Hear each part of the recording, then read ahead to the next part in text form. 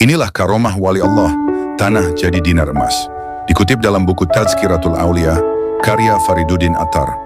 Beliau adalah Al-Fudail bin Iyad, seorang lelaki yang kelak dikenal sebagai ahli ibadah besar. Namun sebelum menjadi hamba yang menangis di sepertiga malam, ia pernah menjadi pemimpin perampok yang ditakuti di wilayah Khurasan.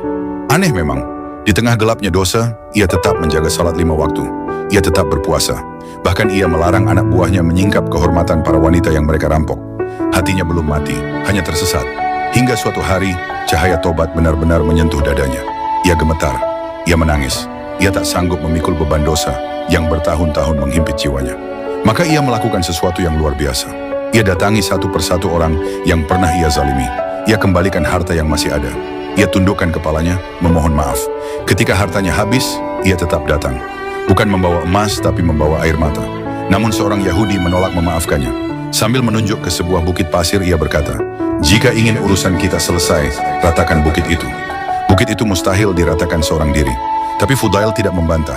Ia mencangkul pasir itu sedikit demi sedikit, di bawah terik matahari, dengan tubuh letih, dengan hati penuh harap. Setiap ayunan cangkul adalah doa, setiap butir keringat adalah penyesalan.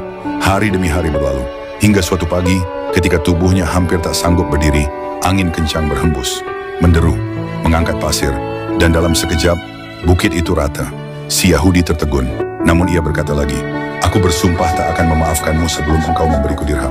Masuklah ke rumahku, ambil segenggam dari bawah permadani, lalu berikan kepadaku."